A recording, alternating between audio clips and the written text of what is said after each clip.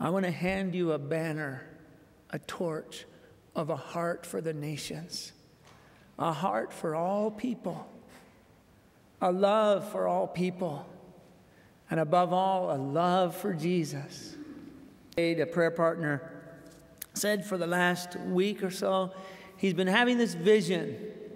And in this vision, he sees people flooding into a stadium on the field. And they're carrying banners.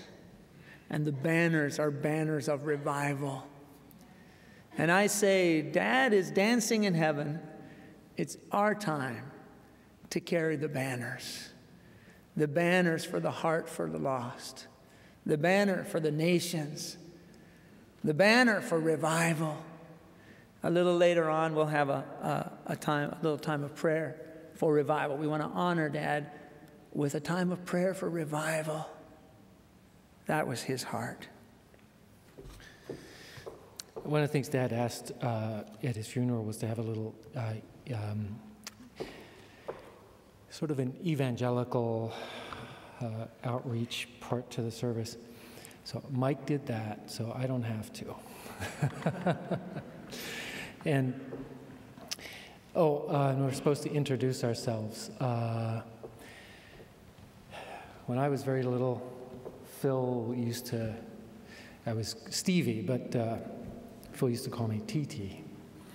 So I feel like I want to introduce myself, as TT. And I have a picture here that I had sent my father years ago, and it sat in his bookshelf beside the front door with all his knickknacks. And my mother said, "Hey, Steve, why don't you take that?" And so I took it, and I noticed I had written on the back here, "This is Christmas '95. Dad, here we are in the zoo." This picture is literally in the zoo. Are we shaking hands or arm wrestling? We've done both pretty well over the years, haven't we? It's nice to be closer to you now in more ways than one. And we were in California, and my dad's health, this was 95. And I thought, Dad might only have like about 5 years left, and I want to be near him those 5 years. Well, that was a long time ago. I guess it took a long time for Dad and I to work through our issues, and the last years have just been getting better and better with Dad. My relationship with him has probably impacted my profession more than anything else. One of the things I like to work with in my clients is the father relationship. And so I'd go down there and tell him all these tales, and he'd say, "Steve, tell me another story about your job." And the favorite story was always father-son relationships. And the other day, had a really nice breakthrough with a client. It was Friday, 2 days before he died, and I was down there Friday afternoon, and the last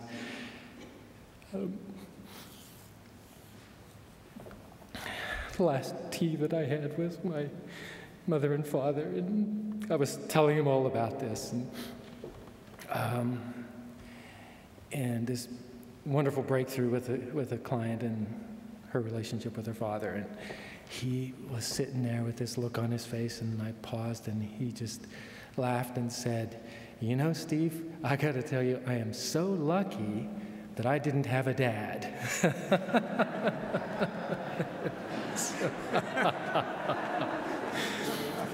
And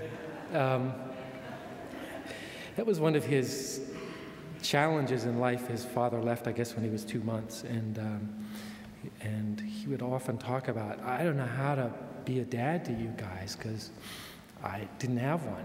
And to finish the story, my mom said, "Well, so Fred, what does that say for your sons?" But I feel immense, just like so much gratitude for my dad, especially the last years and months as my parents lived we built a house with a lower level for them, so I was always down there having tea with them. And my mother loves to make tea the British way.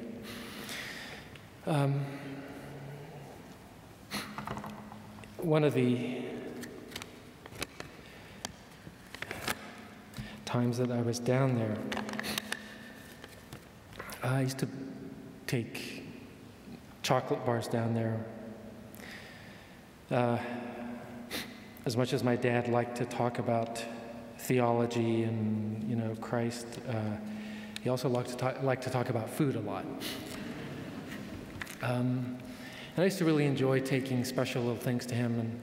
And this is the wrapper from one of the chocolate bars. So in honor of him, I'll tell you what it is. It's 55% cocoa content. It's raspberries and dark chocolate. And it's Belgian chocolate. And we opened this chocolate bar, and I don't know, this was a couple months ago. There was this poem in there, and it hit me just so perfectly. Yes, that's right. The other night, I had asked my dad to read this at our last family reunion, and he did. And so I wanted to read it again the other night, and so I started reading it, and I just got all teared and couldn't, so I handed it to Sherry, and she started reading it, and all got all teary, and eventually it ended up in Hanok's hands, and he was able to read it, so maybe we'll do that again today. One of the things that I tend to connect better through like rebellion and through submission. And that was my relationship with my dad. It was a lot of sparring, but in the end we were able to, my mom reminded me that the last tea that I had with Dad on Friday, I was leaving and he called me back and he was talking about some sort of blessing. The end of my times with Dad, teas, I learned to kind of tune out a little bit because my relationship with Jesus is a little different from his. And often our teas would end with somewhat of an altar call from my father.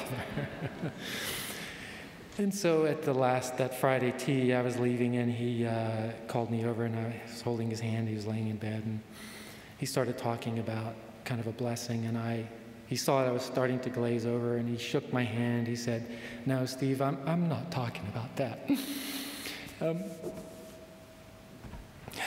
And he was just saying he loved me, and it was like one of those unconditional moments. There was nothing attached to it. It was just love. And I'm probably not the most likely of his sons to give him a cross or to be wearing this, but I made this from wood that my parents planed when we made our house. And Dad had been wanting a cross to wear for his last time, and so I made this for him one afternoon, and when he died, I grabbed it quick because I wanted that from him. So I want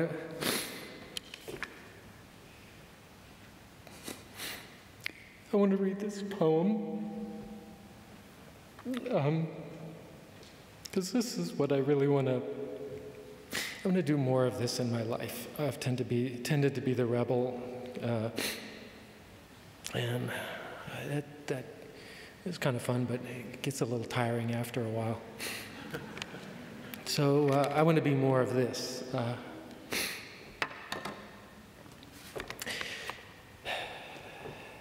If you're ever going to love me,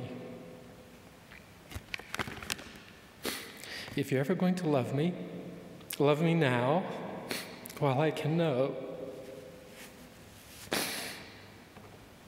all the sweet and tender feelings which from real affection flow. Love me now while I am living. Do not wait till I am gone. And then chisel it in marble, warm love words on ice-cold stone. If you've dear, sweet thoughts about me, why not whisper them to me? Don't you know, 'twould make me happy and as glad could be. If you wait till I am sleeping, ne'er to waken here again, there'll be walls of earth between us, and I couldn't hear you then. If you knew someone was thirsting for a drop of water sweet, would you be slow to bring it? Would you step with laggard feet? There are tender hearts all around us who are thirsting for our love. Why withhold from them what nature makes them crave, all else above?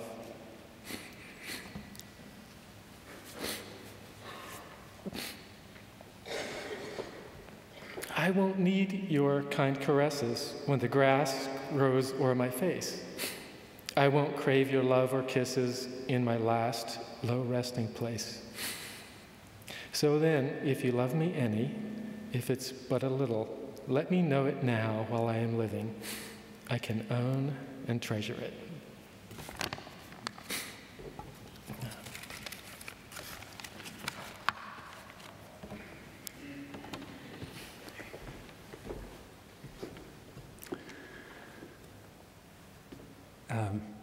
One of my dad's jokes was the hearse was going up the hill, and as it was going up, the doors of the hearse flew open, and out came the gurney with the coffin.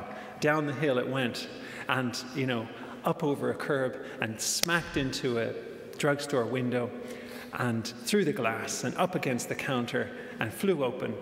And the guy sat up and said, "Hiya, Doc, you got anything to stop this coffin?"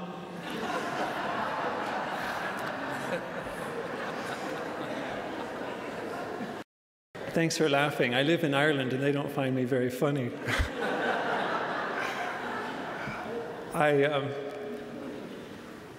Somebody else told me, when you tell a joke, it's okay, but when your dad tells it, it's really funny.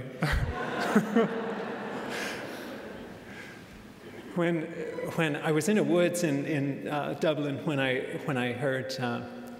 got the call about Dad going, and with my sister-in-law and my wife and my little girl who's 7. They couldn't be here today.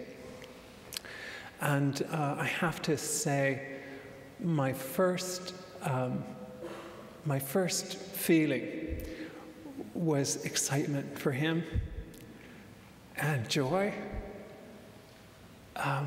We see, we're looking on and we imagine. In fact, one of my favorite songs is "I Can Only Imagine." That song, I can only imagine what it's going to be like.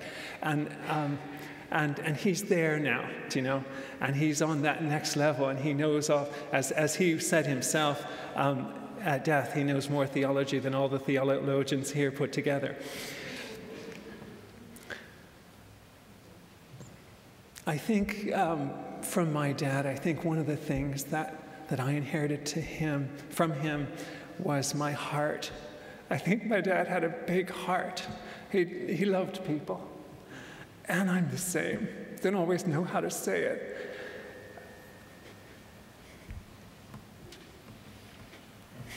And I love my dad. And I'm excited about him. One time we were down in the, God, one of the things my dad used to say was, you can't outgive God.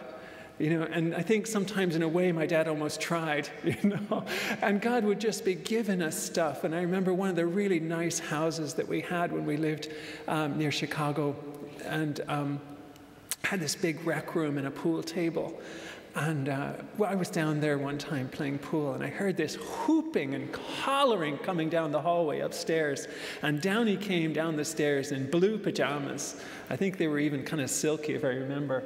And he had the top off, and he was swinging it around his head and dancing around the room. And he hasn't done that for a few years. But he's at it again. Yes. Yeah.